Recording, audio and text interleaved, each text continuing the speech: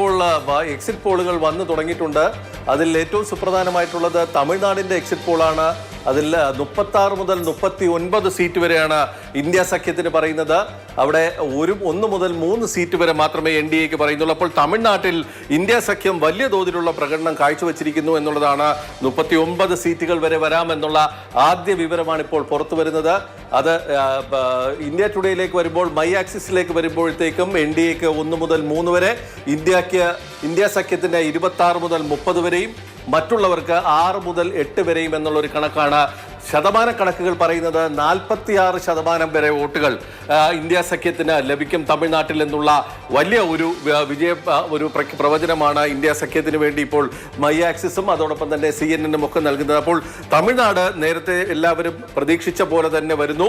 India സഖ്യം തകർന്നടിയുന്നു. പ്രധാനമന്ത്രി അടക്കമുള്ളവർ പ്രതീക്ഷിച്ചിരുന്ന തമിഴ്നാട്ടിലെ വലിയ വിജയം അവിടെ ലഭിക്കുന്നില്ല എന്നുള്ളത് തന്നെയാണ് ഇപ്പോൾ നമ്മൾ ഈ എക്സിറ്റ് പോളുകൾ സൂചിപ്പിക്കുന്നത്.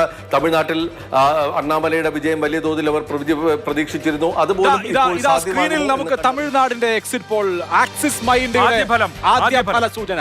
ആക്സിസ് മൈ ഇന്ത്യയുടെ ഫലസൂചന അനുസരിച്ച് 26 മുതൽ 30 സീറ്റുകൾ വരെ ഇന്ത്യ മുന്നണിക്ക്, 1 മുതൽ 3 സീറ്റുകൾ വരെ NDA മുന്നണിക്ക്, മറ്റുള്ളവർക്ക് 6 മുതൽ 8 വരെ സീറ്റുകൾ. അതായത് AIADMK ഒരു കംബാക്ക് നടത്തുന്നു എന്ന് തമിഴ്നാട്ടിൽ നിന്ന് നമുക്ക് സംശയിക്കാം.